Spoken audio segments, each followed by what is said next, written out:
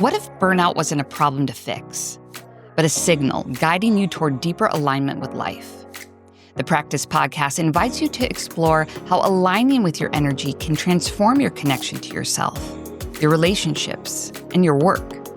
Through real stories, data-driven insights, and life-centered tools, each episode helps you tune into your body's signals and create life-affirming change from the inside out. Welcome to the Practice Podcast.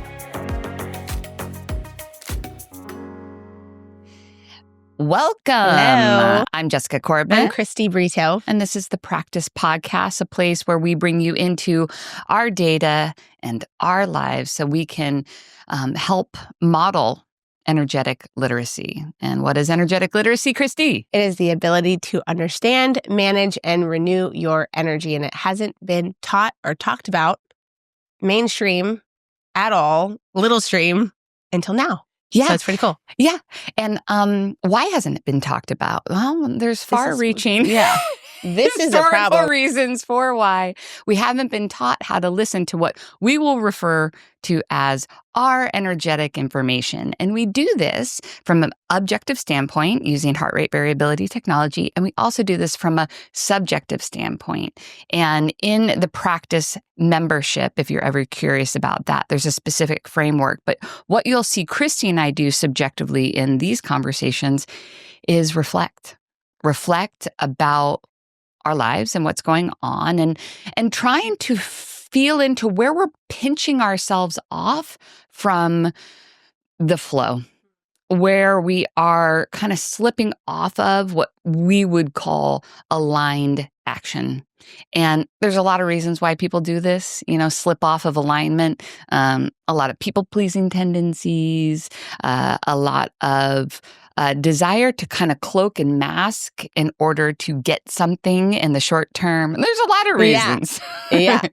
I'm like, oh yeah, there's many more reasons of why people do this. And those two, trouble setting boundaries, not being able to say what they mean in situations. And then just systemically too, I was thinking about this yesterday as I was writing an Instagram post of fear. A lot of just fear and not being able to express what's true for people. I know that's been something I've been working on for a long time now. And the world doesn't always make it safe to do so. So I can understand why it's hard. Mm-hmm. So we try to keep this, even though, the conversation is very emergent. We try to give it some structure. So how the podcast will roll is we'll review a commitment that we made to ourselves and each other last week. We'll go into our personal energy status for the day, and then we'll look at our data over the last 2 weeks and identify any key moments and edges that presented what we would also call new curriculum.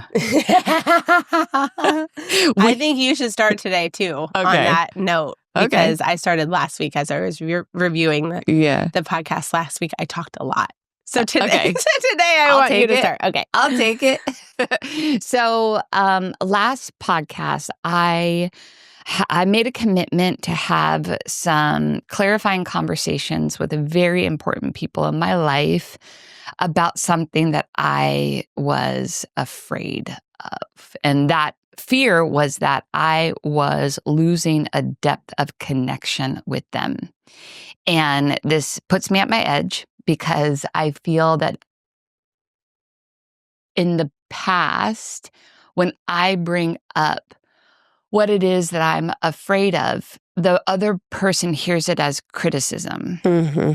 And then defenses go up, and then even more distance is created in the relationship, which is the opposite of what I actually want. What I actually want is a sense of closeness and understanding.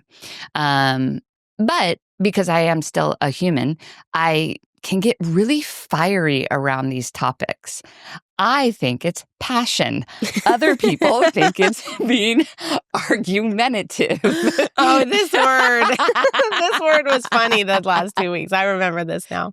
But I am so passionate about depth of connection. And I had to reflect a bit on why am I so passionate about this? And it is because after my 47 years, this is my birthday tomorrow, after my 47 years of being alive and doing and having just the privilege to do a ton of self-study, I really think that it is people's inability to listen to their truth that is causing separation, and not just separation between individuals, but separation within an individual with themselves, of course, in their relationships, and with the earth, our home, our birthplace.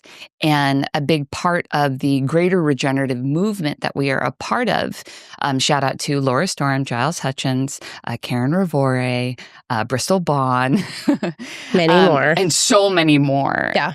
We're a part of a bigger movement that's all about reconnection. It's about remedying separation. And I can see that the biggest parts of my life where I was experiencing the biggest suffering, I was actually separating from myself.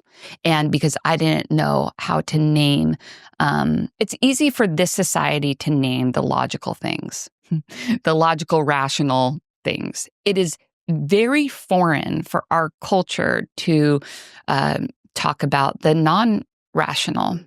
You could talk about it as emotional, intuitive, somatic, meaning how my body feels, how when I walk into a space and all of a sudden my body starts emanating information. And I've never been taught what that's about. All I've been taught is to disconnect from that and be like a robot and a people pleaser, so that I get what either safety or money, likability, or access, or And when I started to come back to learning that all of this energetic information was valid and it had so much intelligence in it, and that when I aligned with it, even if what I had to do in the moment was hard, my spirit rested so much more fully inside of my body and my life. And now I'm just convinced, I'm utterly convinced that this is available for all of us. And if we just learned how to decode ourselves, we would be healthier, happier as a humanity. And all of this division that we are experiencing politically and elsewhere, it would be more reconciled, But it starts with our willingness to sit with ourselves and align with both the logical side and the emotional side of our being. And that's what we do in the practice. So that's why I'm so passionate about depth of the connection. But I will say it is still difficult for somebody as practiced as I am at having difficult conversations, that when somebody sits in your inner circle and you love them so much and you know that what you're about to say is going to disrupt them and make them feel uncomfortable, I never like that. I don't know if we'll ever like it. I never like it. It's always uncomfortable, and it's always scary because people might get so uncomfortable that they leave. And that is like my worst nightmare. Yes. That's my worst nightmare, is like I say something and I speak my truth, and my truth is overwhelming for them and they just bounce. But what alternative do you have? I don't anymore, because I have to prioritize my health and well-being in order for me to influence my relationships with health and well-being. And it is not a sound strategy to suppress what's true for me in any dynamics that I hold close to my heart, period. Wow. And so I had to have some of these conversations. And what I'm learning is that I have to go slow with certain people, that I can speak, but I have to do hummingbird doses, because I have all of this, whatever, understanding about what I'm feeling, but you need to give people time to digest. Yeah. The deep well that is, Jess, you got to give them time. So pace and pressure again. Yeah. So I had the conversations, and they were I had permission to have them, so that's good. I didn't just like bulldoze and like be like, sit down and listen to me. I had to get permission. I'm so guilty of that. I asked, are you available to have, a difficult conversation, or and I got permission, and then we just kind of went bit by bit, and then I had to stay attuned to when, people start to get saturated because their information is coming up. I'm saying something, I'm speaking into something, and it's triggering something in them. And now they're not just up against my words, they're up against their reactions. And so where I am like, I just want to say it all because I've been sucking it down and I just kind of want to fire hose it. It's not sound. I need to also grow in my mastery of being able to deliver it in a way that feels mindful and where I'm paying attention to the other party and what it is that they can receive. And we did pretty good. So there was one conversation in particular where we took it like in 3-4 phases. Nice. Yeah. And that really helped. That really helped. And I feel better. I feel that something has been cleared. Yeah. And the relationship is now more conscious. It's more awake to what was happening. I know I'm speaking a little encryptedly, but hopefully people are getting the gist. Yeah. It's because I just don't want any exposure for my people. But a lot of what it is that we are trying to get the unconsciousness out of the way so we can see each other clearly. What's going on in your heart? What's going on in mine? How can we trust the love that's between us enough to slowly name? Because a lot of times in this work, that's all we have to do is like name it, what's here. And that acknowledgement, there's one saying that presence is the first and final act of love. When you presence yourself to a layer of emotion, there's so much in that that's digested in that moment just by allowing it to be here. So I know the alchemy is wild at times. Yeah. And when you say that too, all I can think is like neutralization of an experience because sitting with you now for a decade, this has helped so much. Like these stories, having uncomfortable conversations. And I know many of you probably don't like to have uncomfortable conversations because they are very disruptive and they are very uncomfortable. I certainly don't. I've had a difficult time lately having uncomfortable conversations. But what I think is really cool about what you said, and I also have a question just because I'm curious how to navigate this part, is when you are having a conversation and you're wanting to feed it bit by bit.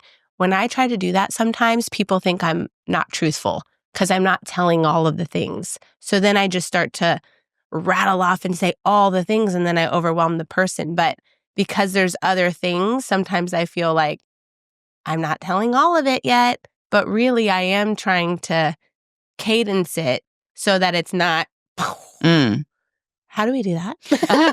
So, do you have any advice? Yeah. So it's really important that you take time to understand what's happening for you. Because we all have multiple aspects of ourselves. And many teachers talk about these aspects in a variety of different ways. You can hear people talk about like the younger aspects in self, or the mother aspects or the father aspects or the wounded one, or, you could talk about it as the ground of being or the evolutionary impulse or, the ego. There's all these different aspects of self. But here's what I would say to your question is that if we want to become really, really artful at being a facilitator of energy within dynamics and truth, yes, we need to sit with all of our parts first. We need to understand and take the time and have the self-commitment to go, okay, who's here? Who's in the car? I got the wounded one. I got this old memory back here. I got my mom's voice The back scared here. one. And you have to sit with your parts. And as soon as you, as an individual, can reconcile your parts, then you're more prepared to go have a conversation with someone without it feeling like just splatter paint. Splatter paint. Because you in the moment will be like, I'm committed to truth. But what you're doing is you're speaking from all your parts. Exactly. And it's hard for the other person to track or trust who they're talking to. Yeah, or trust Right. when I'm telling so many truths. And I don't know if this is true for any of you, but I have all these things I want to say that are truthful, but then Right. they get discombobulated because, I haven't done that scan and sat and reconcile. Where is this coming from? Maybe what's helpful too is naming where you're coming from. Hey, I am right now working with this hard conversation, and I don't like to say it because I've not been able to, speak up in my life. So be patient with me while I move through it. Beautiful. That's maybe a good place to start. But I just feel like maybe a lot of people feel you having an uncomfortable conversation with someone in your inner circle, they want to do that too. Sure. But it might feel explosive. And here's the thing. We got to get trapped in semantics sometimes when talking about truth, because there's truth, and then there's the deeper truth, and then there's the deeper truth, and then it's an onion. It's so true. Truth is such an onion to work with.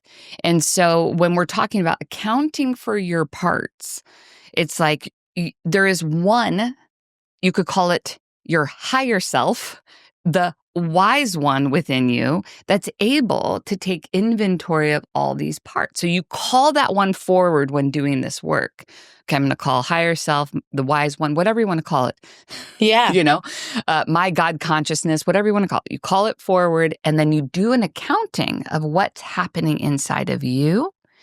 And you really want to bridge all your parts back to love. Like ultimately, this is all about love. Yeah. So you want to bridge the wounded one back into an understanding that feels loving about themselves. You want to bridge back the voice of your mom, see her through the eyes of compassion, forgive so that you can rest in love. Yeah. You're doing all of this love work, love alchemy. And then you're so much more cohesive inside yourself to have a conversation. But do the work to create the cohesion rather than, or you could have a partner like Kristi said, and what we do for each other sometimes. Probably all the time. She'll come and she'll be like, I'm just going to talk for a second, okay? And then we'll figure out what this means. And that's because there's so much trust built with this. I wouldn't be able to do that with many people. But there are people, even outside of me, that you could do that with. Yeah. A couple. Yeah, so a couple. A few. Where you can just be like, hey, can you just hold space while I just word vomit? Totally messy and I figure something out. Please don't take whatever I'm about to say personally. Yeah, this is a good strategy. Yeah. Get cohesion, and then you can have a productive, way more productive conversation with someone else. That's cool. Yeah. Thanks. Yeah. So depth of connection, commitment, difficult conversations were had. They went well. And I guess the only additional cherry on top is that I have found that the difficult conversations that I have been unwilling to have for many, many years, when I finally do them, the person on the other side actually does love me enough to listen and evolve. Yeah. And that's just been the grace of my life. So I know that isn't always the case for everyone, but it does happen, in my experience, more times than you would ever expect. Although, I still work with the fear that I'm going to say the thing that's going to make them leave, and that's going to make me really sad. Yeah. I still work with that one. Yeah. That's one that's in the car, but not in the driver's seat. I like to put her. Bus. I like to put her in the back seat with some chocolate and a bag of popcorn. Okay, so that was my commitment. My energy status today, if you can't tell, is a push day. We're both. We're both a push Yeah. day. I have a push day, and I have bangs. And I forgot we didn't acknowledge her haircut. Well, you can't see it because it's You can. up. They're You new can, bangs. So now we're bang twins, which is kind of nice. Yeah, I'm getting used to them. I'm trying them curly. I'm trying them straight. I love I'm them. just trying them to the side, trying them in the middle. If you look at my feed right now in my camera roll, it's just all bangs.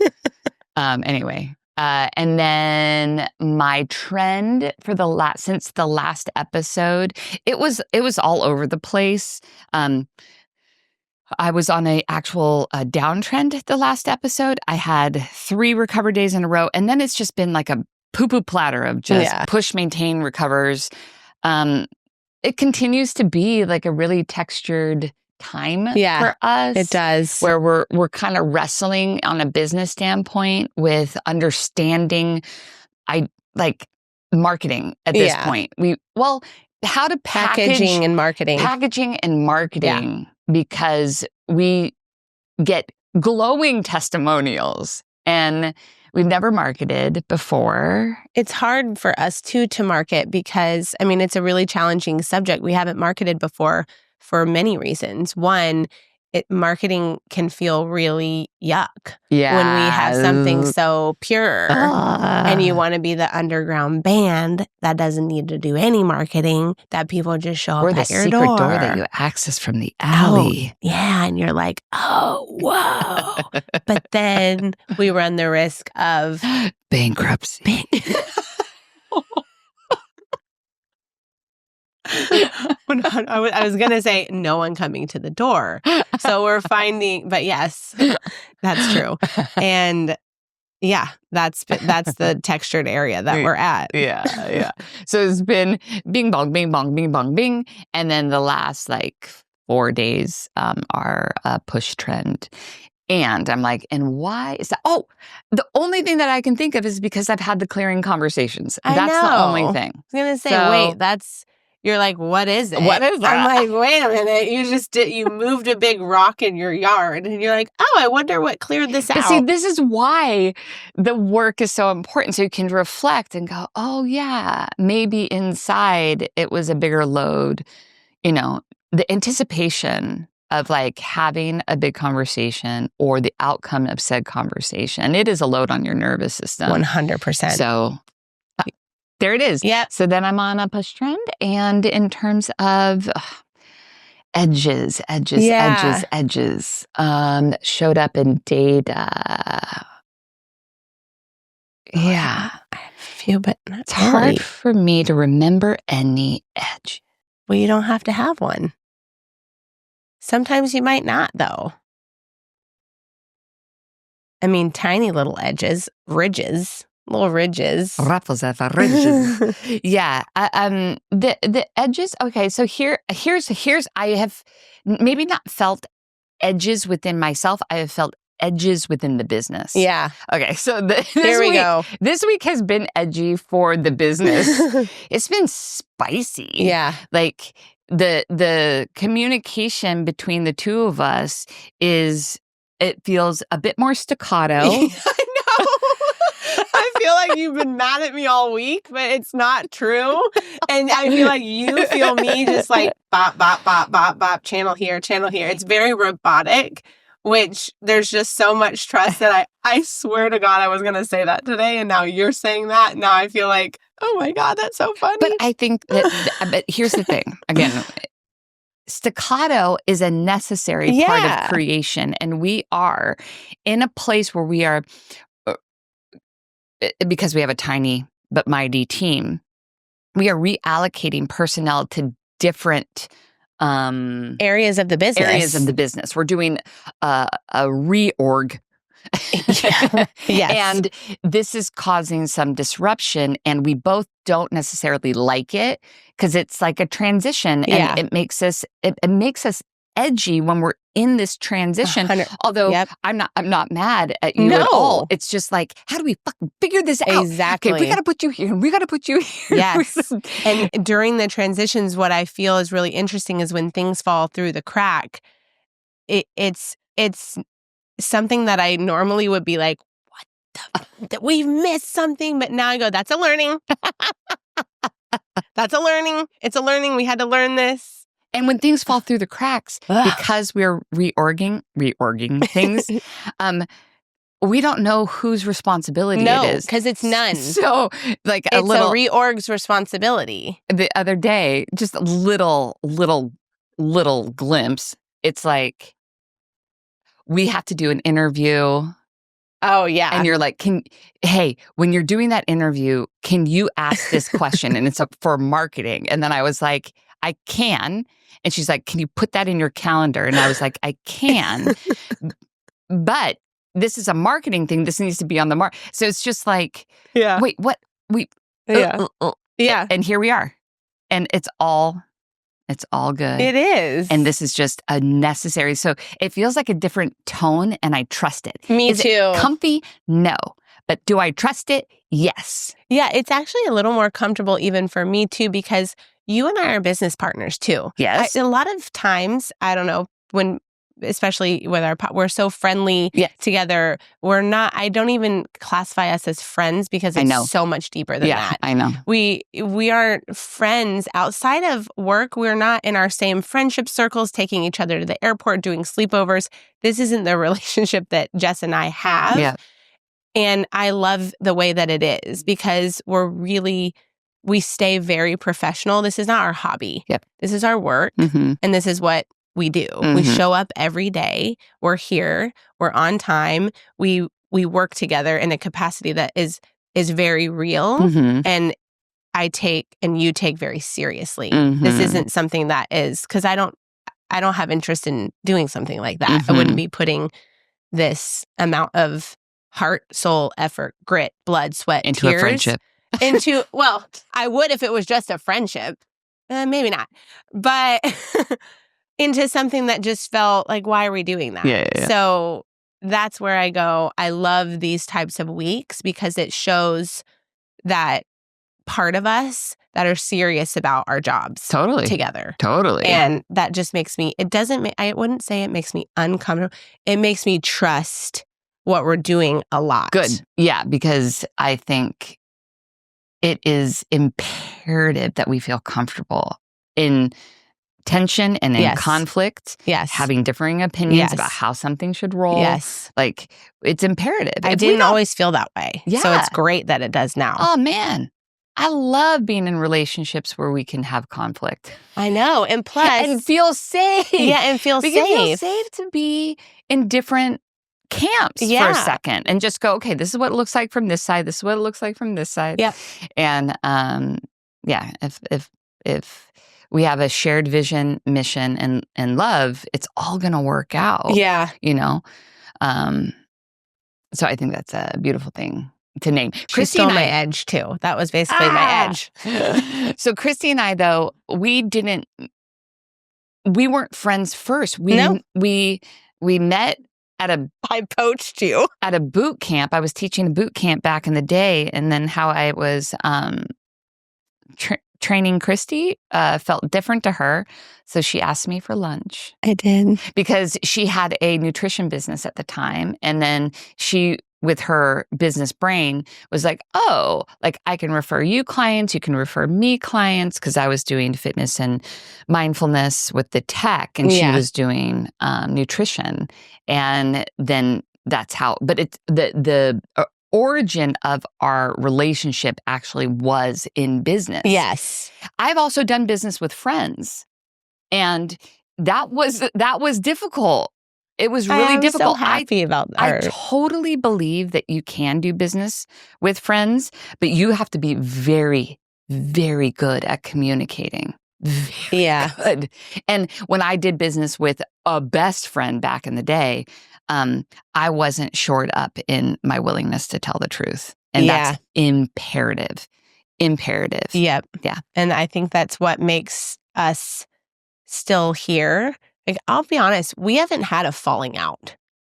We don't have big falling outs. I would like to say, because that sounds strange. It sounds like, what do you mean? It feels like I'm lying almost, but we don't have these huge falling outs because we have little ones all the time that prevent from any big falling outs, Yeah. meaning Level set. We level set all the time. We level set all the time Yeah. to where, and this is so funny because with your energy, it's the same way.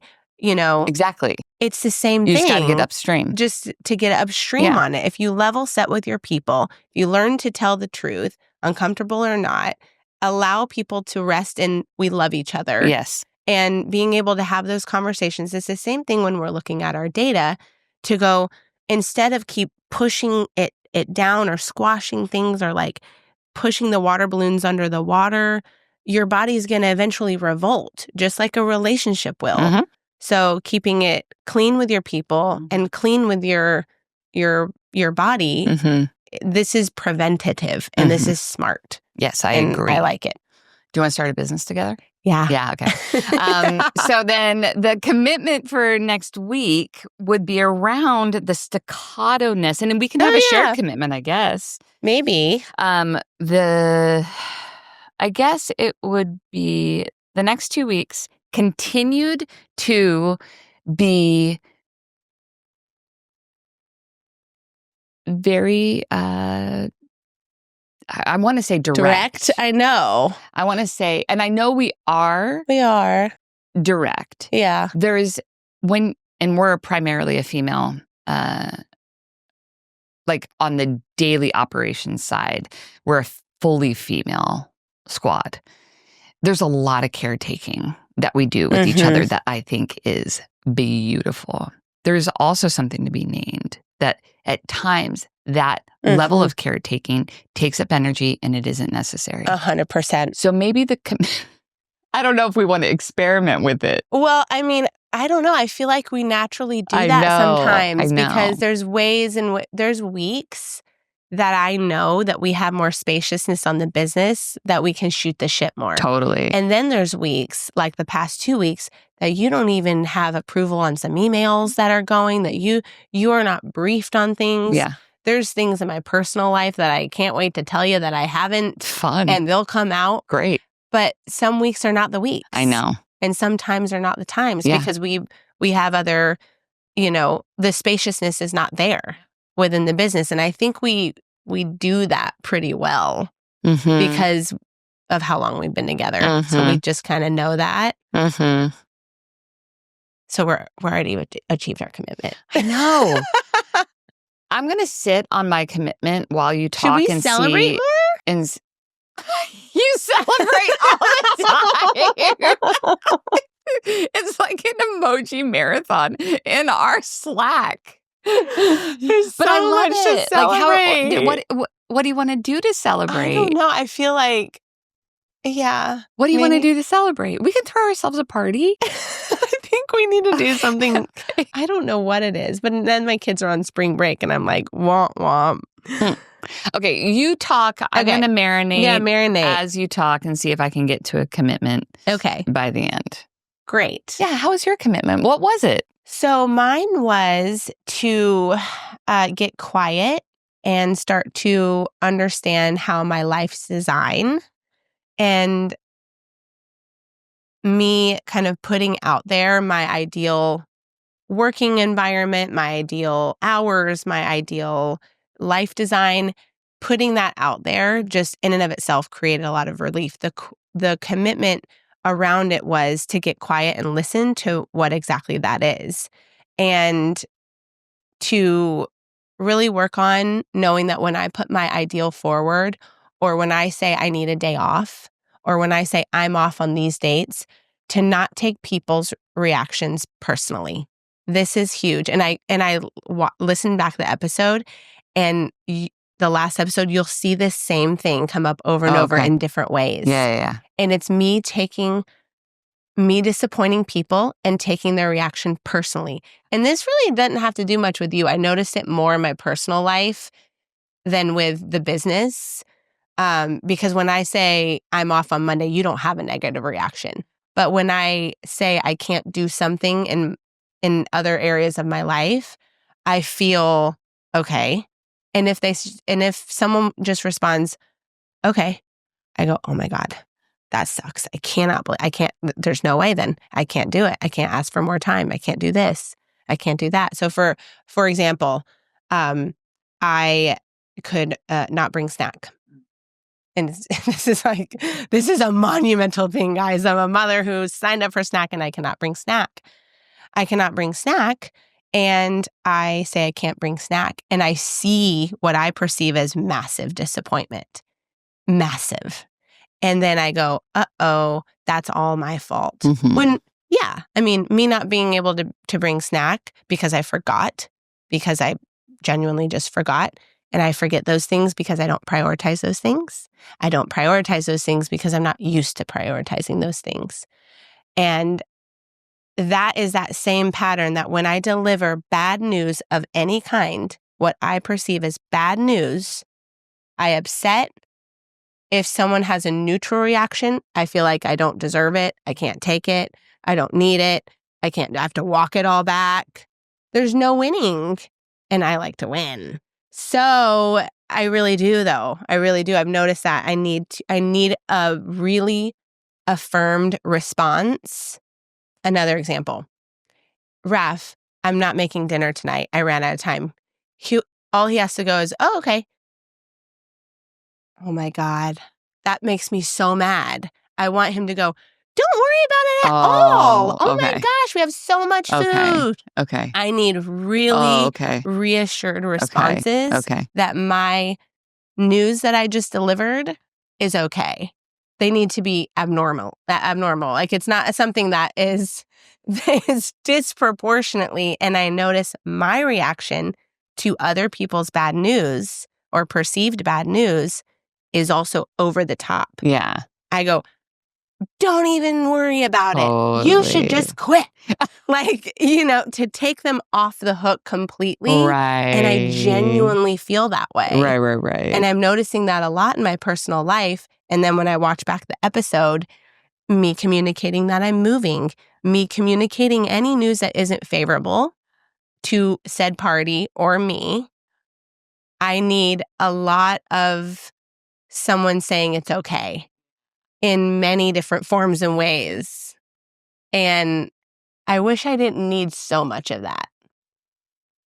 Why is what I'm trying to get to. But I need so much, great, cool. Yeah, you should take a week off, rather than just go, okay.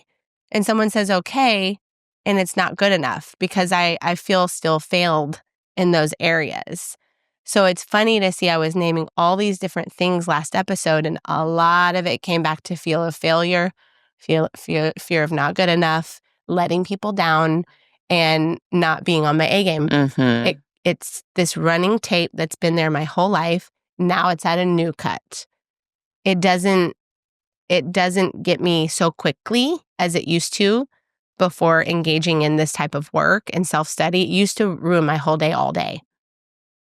But now it's just every now and again when I deliver unfavorable news, whatever reaction, if it's not a party thrown to me, I'm serious, I get, uh-oh, I've done something wrong. Yeah. So that became really clear over the last 2 weeks because it's in my face because I'm having to deliver this news of my move over and over and over again. And this delivery of, I can't go to the summer camp. It's a lot of these, I can't do this thing because we're moving. So there's a lot of no's and a lot of disappointment and then a lot of me taking it personally. Mm-hmm. That's what I've noticed. Okay. Yeah. Big. So my commitment was from last week to get quiet and sort of look at my life's design, put my ideal out there. And I'm noticing now that I'm courageous enough to do so, that I'm going to have to be okay with responses from whoever and to begin to understand that it's not personal. And that's the same connection to you piece with energetic literacy, that I take things very personally because I really, I want to do good and right by people all the time. I really do. I don't like to fail at things. And I will do everything I can to prevent that feeling. So I'm sort of skipping ahead, but that's kind of what I'm going to be working on now, especially because my energy status, I have a push day, and honestly, my push trend, it's on a pretty dramatic kind of uptrend. And I think what's contributing to that the most, I'll talk on a physical level too, but on more of an internal level, is the relief that I get knowing that it's okay to disappoint people. Yeah, it's huge. Even when I haven't done it totally yet, I'm still Bambi legs around it. It's a proof point of growth, actually. It's a proof point of your growth, your willingness for somebody to be disappointed. Yeah, and I didn't realize how intolerant I was to that. Tell your achiever, no, this is a proof point of my growth is when they might not be disappointed. I know. But if they are, that's okay. They can be disappointed. Yeah. As long as you're in integrity and you're communicating clearly. Yes. Somebody being disappointed is just going to be what their experience is. Yeah. And that's when we were taking the energetic literacy assessments, which we do inside of the practice, which is very helpful to see this stuff a little bit more structured. It's one of my favorite things about what we do. The willingness for me to have sit with others that have contrasting experiences has been consistently low. Yeah. Consistently low, because that creates tension, and then I'm letting someone down, and now I've failed. Yeah. Now I failed them. I've failed whatever I've done. So you got so much safety through consensus. Yeah. Yeah. And doing it correctly. And the reprogramming is, we don't need to have consensus, meaning we all share the same perspective in order to be safe. Totally. We don't. And we don't. And I noticed another example, and I'll happily call myself out. When I'm speaking to people, if I try to find common ground to make sure they feel comfortable in the conversation, the common ground that I find is true. Yeah. But it's not necessary for me to name. And I name it, even though we're all humans and we're walking around and we're trying to have an amicable conversation and find things in common with people. And yeah, totally. And you know what? I feel like that sometimes too. It's not that I lie, because I do feel like that sometimes too, but I train that conversation when I'm in it. And most of the time it's with people that I don't know very well, so that it lands nicely and that there isn't any contrast. Because in those certain situations, and this might not make a total sense, it causes energy leaks for me to even have contrast. So I'm trying to just get done with this conversation and move on. But it's that same pattern of letting people down, allowing people to be disappointed, having a different opinion, saying something that's not favorable or likable. All this feels like it's going against the current of what I've been taught my entire life. And that's where I go, ooh, this is going to be fun to dig in on. Totally. And that awareness alone, I think, has had the most effect on my baseline. It feels like a relief. A door opens and it just drains out, because I know myself and I'm willing to put myself also through the paces to begin to practice disappointing people and allowing reactions. And the more that I do that, I trust that will then be a new baseline for me. And I'm very excited for it. Good. Yeah. I'm excited for our business. Yeah. Because of it. In sales too. Because like the other day, we were having a conversation with a partner, and you did not care if what you said disappointed them. That's true. That's evidence. Evidence. Proof. I forgot about that big proof point. Let's bring it back. Yeah. Yeah. You got on that call, and I didn't sense any desire to be liked. No. I sensed a total willingness to disappoint. Yeah. And I hope you also sensed this sense of tact and not out of line, no, even though it was a feel, bit spicy. It didn't feel out of line. I do think that as we grow in our like integration of what's true for us and willingness to disappoint if it does. It does, but things get harmonized in us, so it stops being so spicy. Yeah. But right now, you're calling yourself forward with a lot of fire to do it. Yeah. And that's here too. That's the Bambi legs of it all. I fucking love the fire. I mean, she's a Sag. I'm an Aries. Like, it's just a bunch of fire. We bury bodies together. And Sandy. and Kristi's mom. We don't bury Kristi's mom. No. Sandy helps bury the body. And has probably done that. I'm just kidding. I'm kidding. Okay, so we have your energy status. We have your trends. Our edges were the same. The edges are the same. Which, why don't you name them real quick? The edges for me were they were edges, but fun ones and trustworthy ones. I didn't have any edges where I was confused. It was this... you and I needing to handle business, a lot of moving parts, and being staccato with our words, not even argumentative, but just direct. Pointed, direct for learnings to occur. Brevity. Sometimes as a woman, we get very, very wordy. Knowing that I knew, it's so funny, and I don't want to take up more time, but knowing that I knew you from the other side of that, I go, Jess is thinking right now through this conversation, I swear, that this is totally fine. Totally. Because I was thinking she's mad at me and that's why she's short. But that didn't last long. It lasted maybe half a second, that thought. And I go, no, that's not true. Here's what's true. And that's what I love. Yeah. Because then so the edginess a little bit was just moving through the brief brevity, and probably men talk to each other like this in business all day long. We do it for one day and we're like, oh, how they that was sticky. My husband works in sales, solar sales. I know. The tone that these sales guys have, it's just, it's nothing that I could live in. No. Like how we talked to each other one day that felt very direct and brief would feel like flowers and, 100%. Pillows for them. So it's 100%. Yeah, I totally agree. So I think that those were the edges and the commitment moving forward. I'm marinating too. What do we think? Let's make a mutual commitment. What do we think the business needs over the next 2 weeks? Okay. One just came up. Okay, great. I'm making a commitment to stay in the lane of marketing. Okay. Come hell or high water. Okay. I need oversight over this.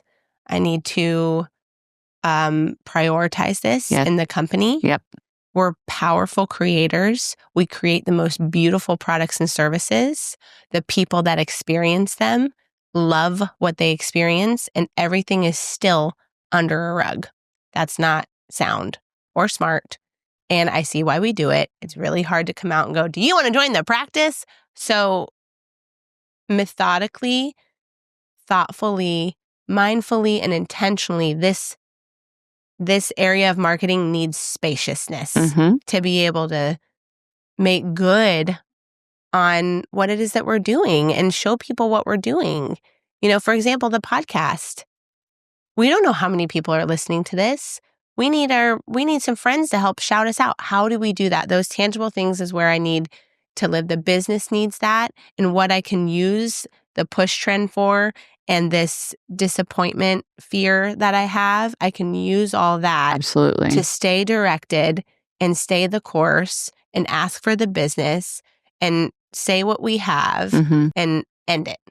And that's where I think we can share maybe in the commitment of knowing that you. I think then what it feels like then, because I do want you living there. Yeah. Marketing, I love living in the purity of the product. I know. The marketing trips me up a little bit. The fact that you really feel so comfortable and alive in it, I want to do whatever I can to allow you to live there. So the commitment would be to stay in biz dev, all the biz dev conversations, taking any of that off of your plate.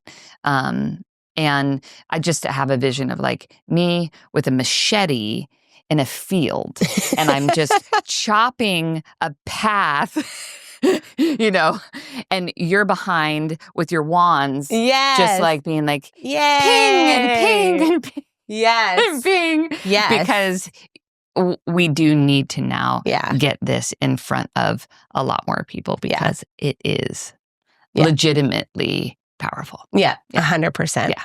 And of service. Yeah. 100%. Okay. So I will machete it. You will wand it. And we'll get to the next place in a couple weeks. Yeah. Anything else? I will not be on the next couple podcasts. Oh, yes. We're going to have some special guests coming on the podcast. We got actual practice members, people that have been on and in the practice coming in just to share about their journey, their discoveries. The practice is all about where science meets self-discovery. And the stories that our practice members have to share, we know are stories that you're going through as well. And so we will get them in the seat. Kristi will be piecing out for some spring break, but she'll be back by the end of the month. Yeah, and then we have another series of cool guests coming on. Yeah. After that. So stay tuned.